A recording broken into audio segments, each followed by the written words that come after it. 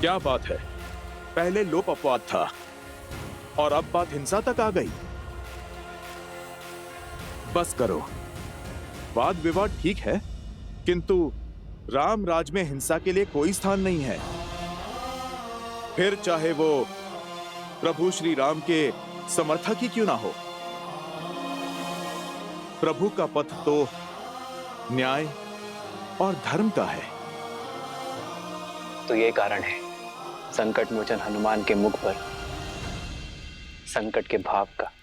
प्रभु, मैं जानता हूं कि आपने मुझे वेश बदलकर प्रजा के बीच इसलिए भेजा ताकि समाज में हो रही हर एक बात बिना किसी आवरण के आप तक पहुंचे प्रभु। परंतु प्रभु, किंतु तुम ये काज पुनः नहीं करना चाहते।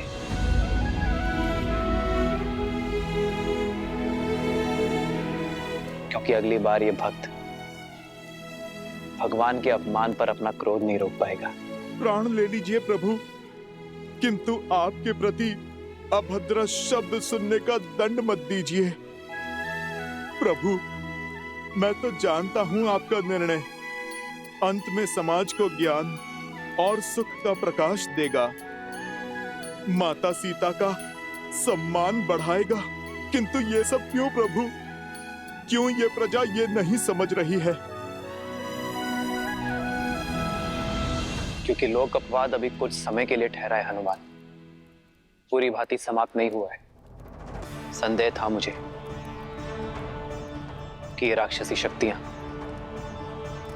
अश्वमेध यज्ञ के मेरे घोषणा के पश्चात पुनः प्रभावशाली होंगी। किसी अच्छे गुण को संजोने में, उसे बनाने में जीवन निकल जाता है हनुमान, किंतु उसे बिगाड़ने के लिए एक क्षण भी बहुत है। राक्षसी वृत्ति के विरुद्ध हमारा यह युद्ध बहुत लंबा है, कई चरण है उसके। सहस्त्रमुख रावण की सोच को अभी प्रजा के मन से निकालने में बहुत समय शेष है हनुमान।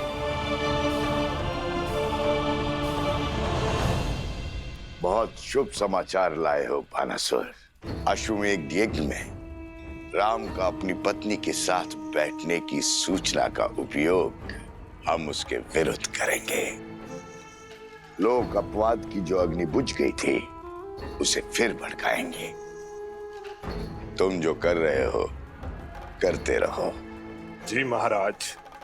और मैं पूरी अयोध्या को यह विश्वास दिलाऊंगा कि उनके नर रूपी नारायण राजा राम केवल एक धूर्त राजनेता है।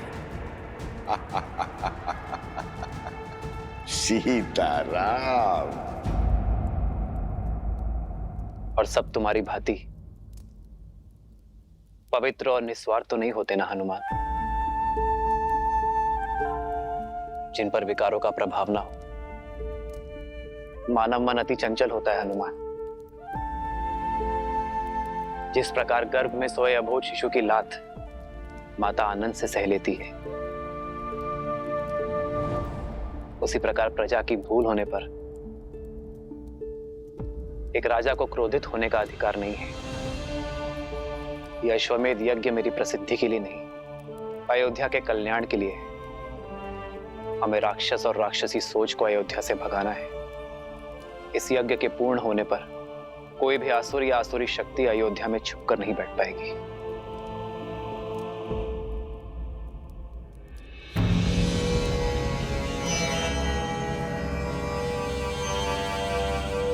प्रणाम संत श्री। अरे बाबा आ गए। साधु बाबा की, साधु बाबा की।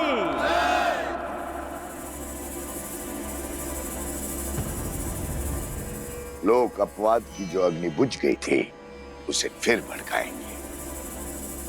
तुम जो कर रहे हो करते रहो। धर्मधारी राम पुजारी बाना बाबा की जय।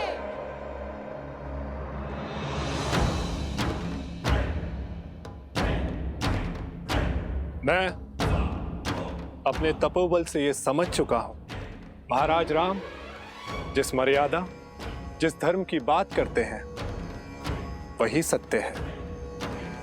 धर्म के मार्ग में अनेकों असत्य सुनाई देते हैं, दिखाई देते हैं, उससे बचने के लिए मैं आज से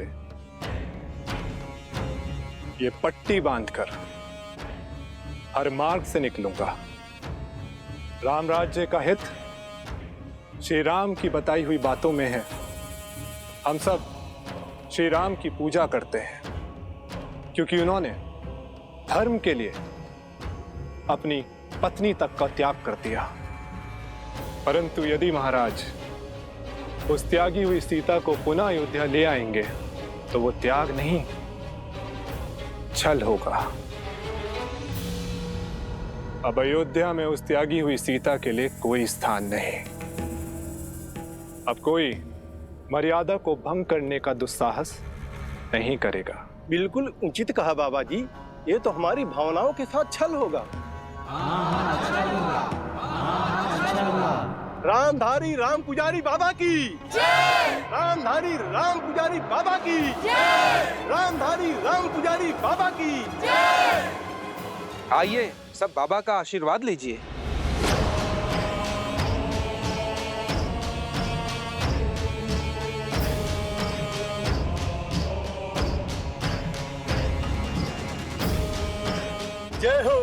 जय हो बाबा की।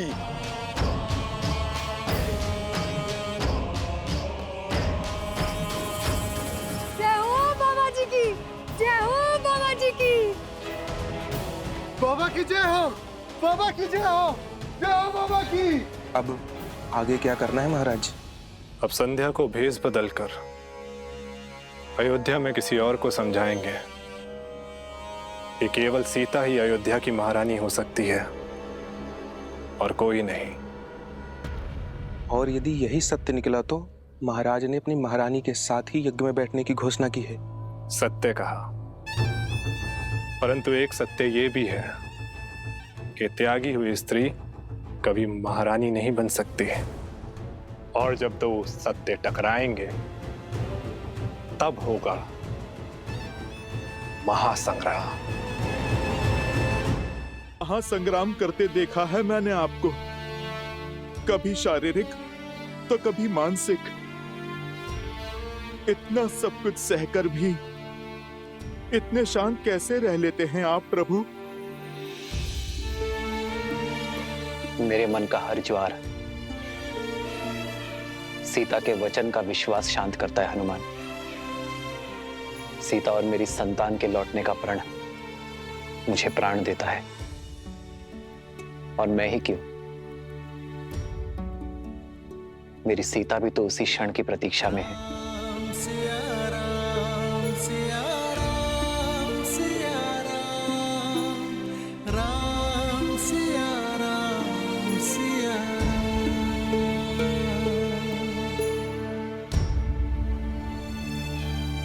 चिंता ना करें वन देवी, लव कुश आते ही होंगे।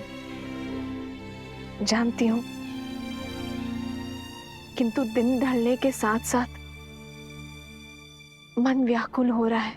लव कुश आ गए, लव कुश आ गए, लव कुश आ गए, लव कुश आ गए, लव कुश आ गए।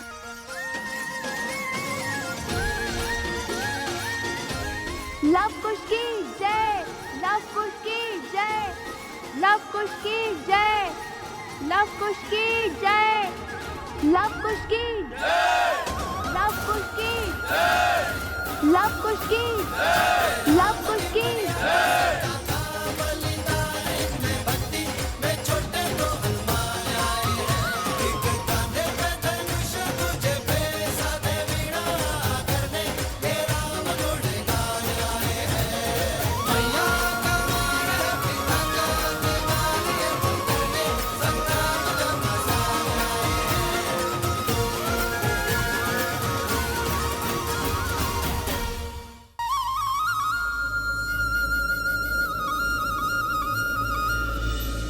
श्री राम की अर्धांगिनी सीता है वो, सीता। तुम ठीक तो हो ना सोमकरण?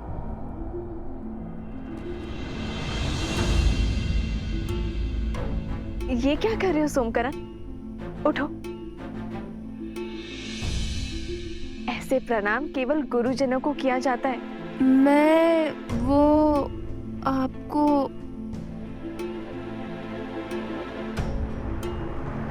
ओहो, जब से राक्षसों के बीच रहकर आया है, लगता है जैसे इसका मस्तिष्क स्वयं के नहीं, उनके नियंत्रण में है।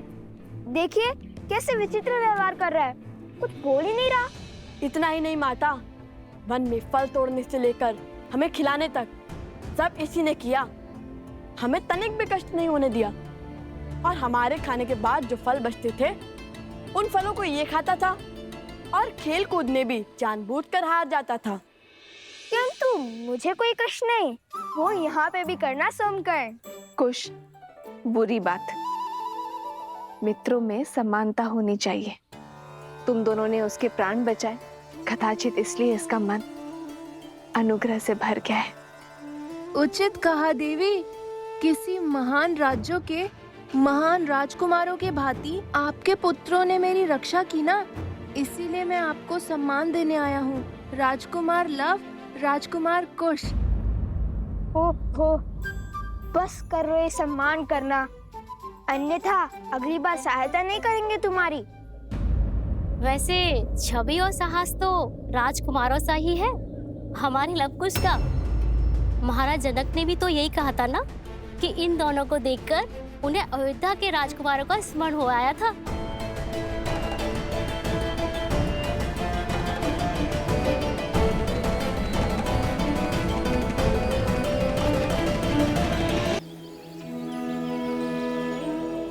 और जब मैंने उन वीर योद्धा बालकों से उनका नाम पूछा तो उन्होंने बड़े गर्व से कहा, लव कुश। लव कुश? हाँ सुने, रूप में लव कुश, किंतु स्वरूप में जैसे स्वयं साक्षात श्री राम सामने खड़े, दो तन एक मन। घास के तिनके से एक भाग कठोर और तीखा, तो दूसरा भाग सरल और कोमल।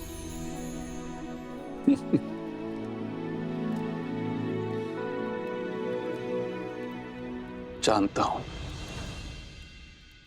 इस कथा को सुनकर तुम अत्यंत व्याकुल हो रही है, किंतु बताना भी आवश्यक है, क्योंकि उन वीर बालकों को देखकर मुझे अयोध्या के राजकुमारों का स्मरण आया। और मुख, क्या उनके मुख पर आपको सीता के मुख की आभा नहीं दिखी? और उसके माथे की रेखाएं भी नहीं दिखी आपको? मैं उनकी माता से मिला, किंतु सीता नहीं थी। और छवि, क्या आपको उनमें सीता की छवि भी नहीं दिखाई दी?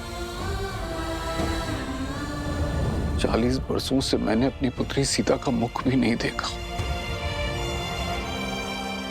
अब तो उसकी स्मृति भी विस्मृत होने लगी है।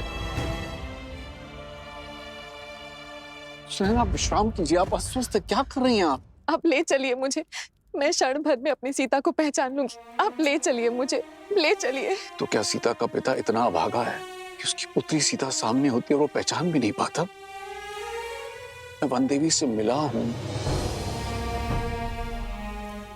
आप कहीं नहीं जाएंगे, आप विश्राम कीजिए, आप अस्वस्थ हैं। अस्वस्थ हूँ? जब से मेरी पुत्री चली गई है, मैं क्षण भर में उसे पहचान लेती। आप उन ऋषि कुमारों को खोजने के लिए 8 दिशाओं में अपने सैनिकों को भेज दीजिए। मैं उन्हें देखते ही उनके अस्तित्व का पता कर लूंगी। आप कुछ कीजिए ना।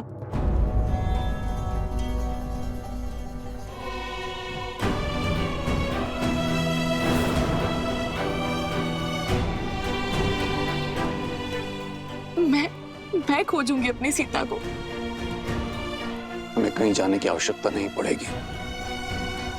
मैं उन दोनों धनुर्धरों को यहाँ मिथिला लाने का प्रबंध करता हूँ।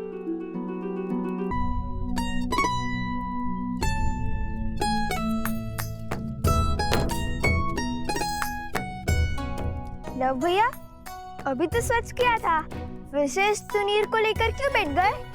क्योंकि हमें इस तुनीर को ससम्मान मिथिला के महाराज जनक को लौटाना है। आओ, तुम भी हाथ बटाओ। जब लौटाने जाएंगे तब साफ भी कर लेंगे ना। ऐसे 3 में 3 बार इसे रगड़ते रहे तो घिसकर पतला तार हो जाएगा ये तुनीर। कदाचित लौटाने के लिए कुछ बचे ही ना। अच्छा, तो महाबुद्धिमान कुमार कुश, ये बताओ कि क्या तुम स्नान करने से घिस गए? घिस सकता था, किंतु मैं स्नान करते समय स्वयं को अधिक रगड़ता नहीं। रक्षा कुमार, रक्षा कुमार!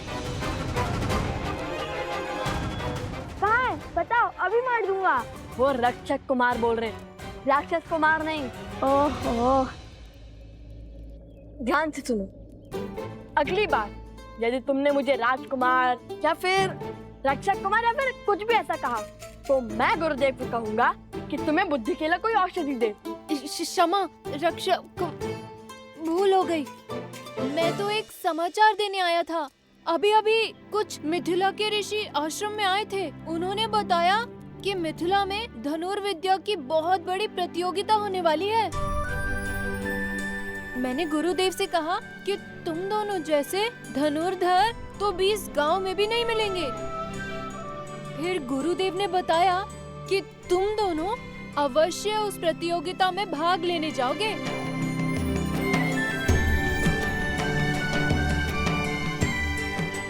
अब केवल भगवान वाल्मीकि की आज्ञा शेष है। लो, महाराज जनक को तुनीर लौटाने का अवसर मिल गया। हम मिथिला जाएंगे भैया। अवश्य जाएंगे। तो रुक क्यों गए? तुनीर स्वच्छ करते हैं, अन्यथा मिथिला नरेश कहेंगे कि भेंट को सम्मान से नहीं रख पाए हम। हाँ, अवश्य।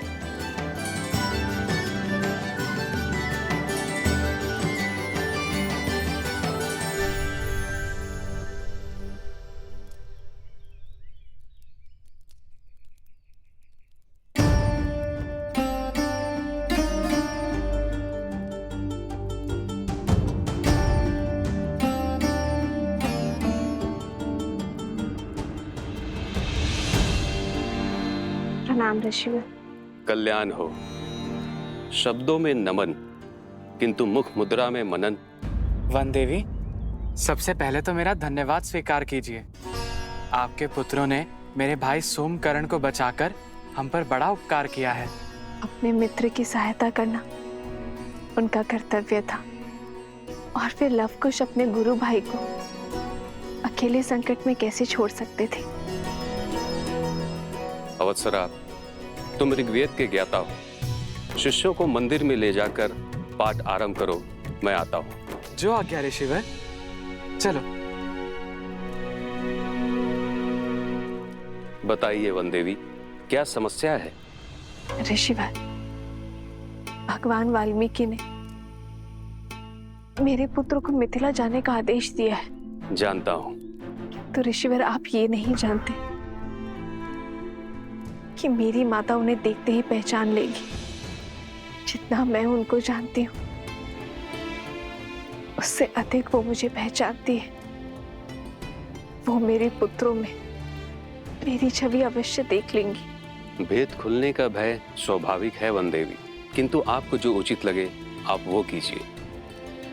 शेष सब नीति का निर्णय। जब बीज के अंकुरित होने का समय आता है तो उसे भूमि से बाहर आने से कोई रोक नहीं सकता। ठीक उसी बीज की भांति होते हैं वो गुण जो लवकुश के रक्त में है। शौर्य, विद्या, कुलीनता और धर्म, जो न मिटाने से मिटते हैं और न छुपाने से छुपते हैं। लवकुश को मिथिला जाने दें।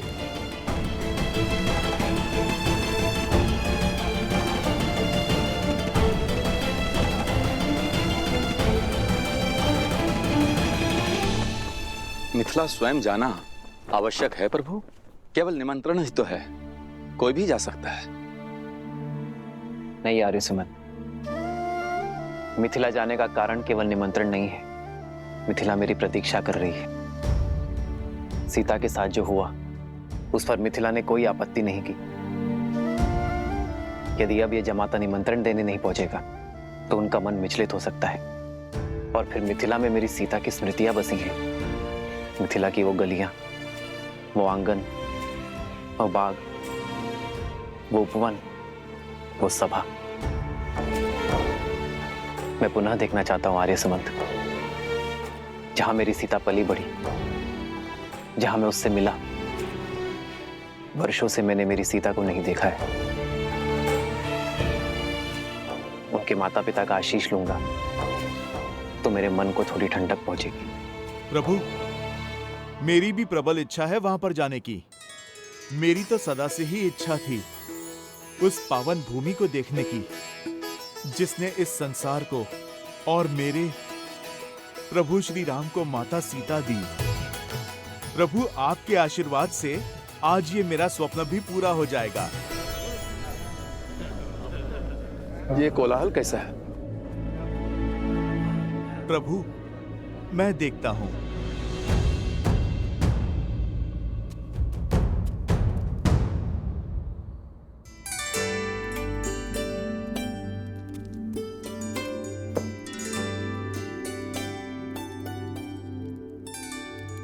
मार्ग इतना भी लंबा नहीं है कुछ। मार्ग तो फल्गु तक का भी इतना लंबा नहीं था, किंतु लंबा हो गया था ना।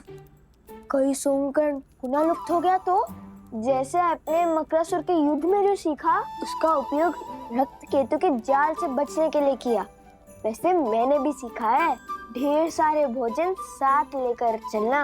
हे कुमार कुश, इस बार कहीं नहीं जाएगा सोमकर्ण, क्योंकि इस बार हमारे मार्ग में हमारे साथ उसके भाई और हमारे उपगुरु अवस्था भी साथ जा रहे हैं। और भला बड़े भाई के होते हुए छोटे भाई को कुछ हो सकता है क्या?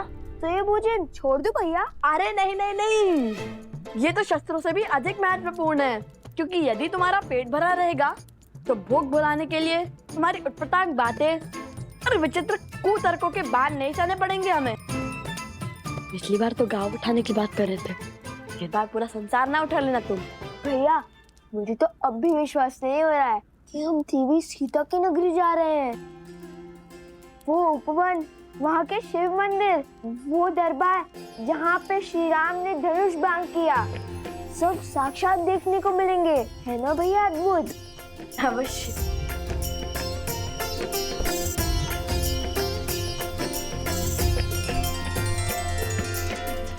जो आपका कार्य है आप वो कीजिए और नीति को अपना कार्य करने दें।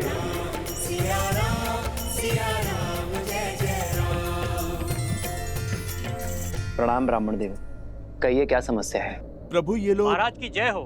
मैं मत्स्य राज्य से आया हूँ, आपके लिए मत्स्य राज की राजकुमारी का विवाह का प्रस्ताव लेकर। ये देखिए महाराज, उर्वशी और रंभा से भी अधिक सुंदर है हमारी राजकुमारी। महाराज, त्रिशानु की ओर से छोटी सी भेंट।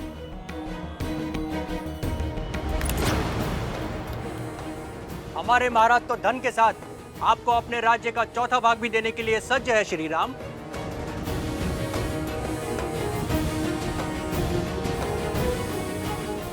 आप सबका प्रस्ताव भले ही उचित हो, किंतु उसे देने का उपक्रम अनुचित भी है और अनीतिपूर्ण भी। विवाह कोई व्यवसाय नहीं है जिसका आधार केवल संपत्ति का लेन देन हो। ये मेरा आपसे अनुरोध है कि अपनी राजकुमारियों का अपमान ना करें। एक स्त्री को भोग्य बनाकर प्रस्तुत ना करें।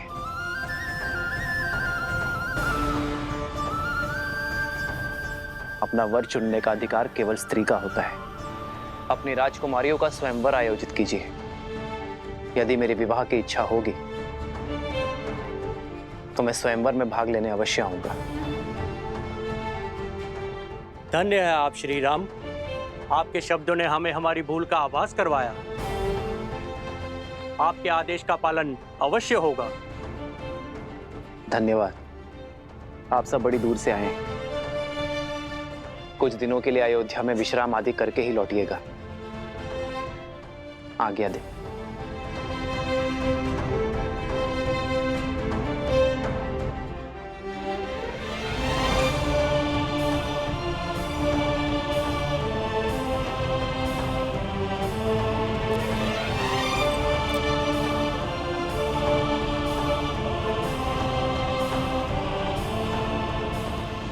इतना ही नहीं, मिथिला के गौरी मंदिर का उपवन स्वर्ग से भी सुंदर है। रंग बिरंगे पुष्प, सरोवर मंत्र मुग्ध कर देंगे तुम्हें। माता, ऐसा लगता है जैसे आप मिथिला और महारानी सीता के दर्शन कर चुकी हैं।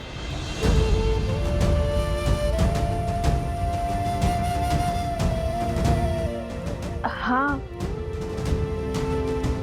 हाँ, बालपन में गई थी मिथिला, कुमारी सीता को भी देखा था। जानते हो, ज्ञान की नगरी कहलाती है मिथिला।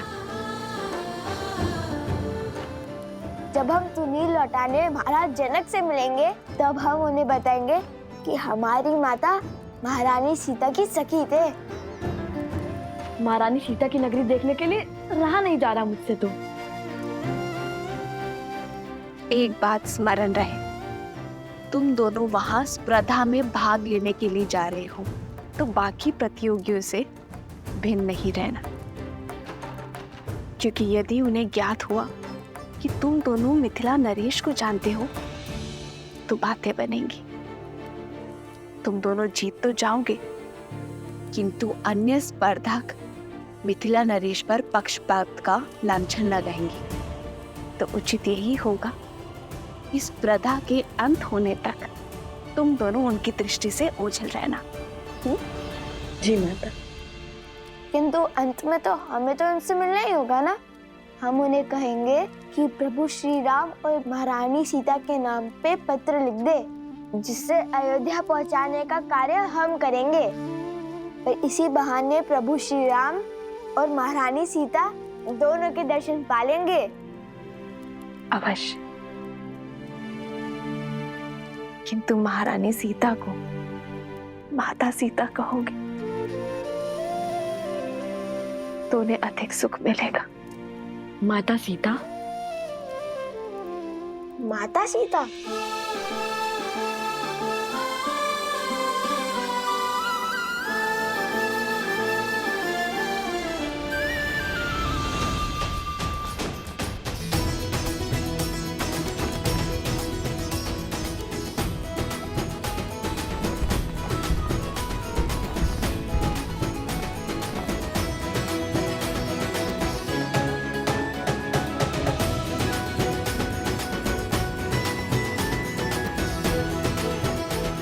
देखिए भैया, कितना भव्य आयोजन लगता है। कहाँ से लोग इस प्रतियोगिता में भाग लेने आ रहे हैं। माता ने जैसे बताया था, बिल्कुल वैसा ही है मिथिला का प्रवेश द्वार।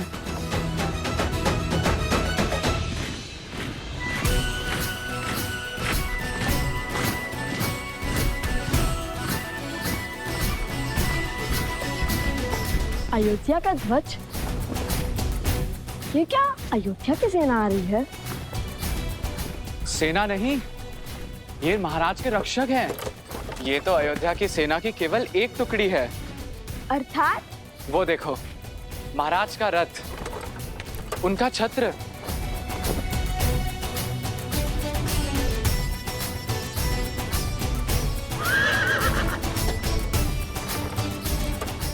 अद्भुत, ये तो श्री राम का रथ है। लगता है श्री राम के दर्शन यहीं हो जाएंगे। आनंद आ जाएगा।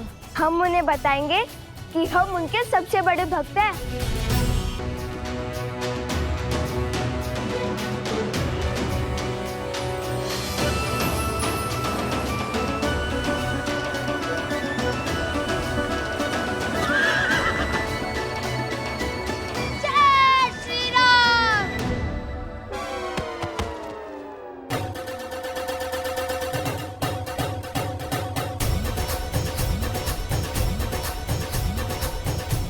शीघ्र चलिए भैया, लगता है श्री राम के दर्शन हो ही जाएंगे। अवश्य।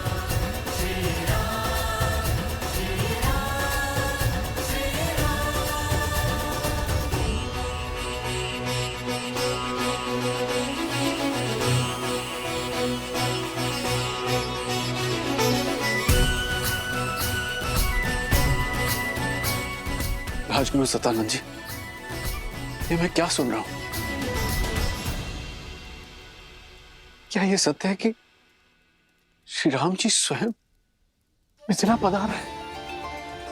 100% महाराज। ये रक्षक टुकड़ी अयोध्या नरेश महाराज श्री राम की है, जो सदैव महाराज की यात्रा के साथ ही होती है। और मुझे ऐसा प्रतीत हो रहा है कि ये आपको अश्वमेध यज्ञ हेतु आमंत्रित करने आ रहे हैं।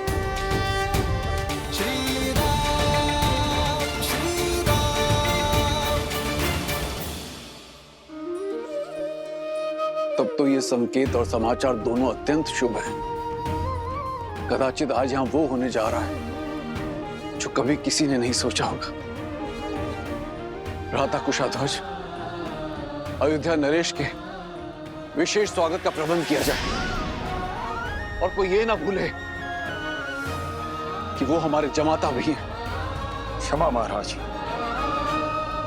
किंतु मिथिला की राजकुमारी आपकी पुत्री का त्याग करने वाले का कैसा स्वागत सत्कार।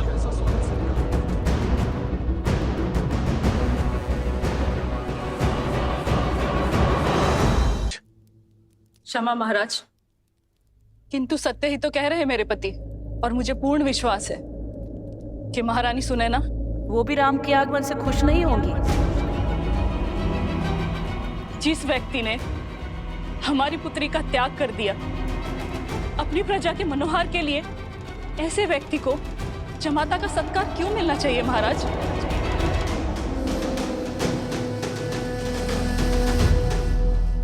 उचित कह रही हैं देवी चंद्रभागा। महाराज अयोध्यापति को किसी विशेष स्वागत का अधिकार नहीं है।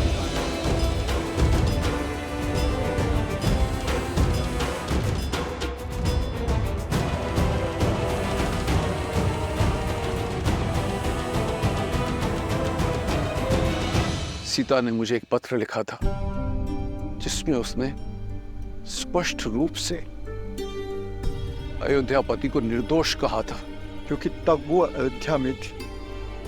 उस पत्र का कोई मूल नहीं महाराज। मूल है तो हमारे दुख का, जो सीता के विरह के कारण हमें मिला है।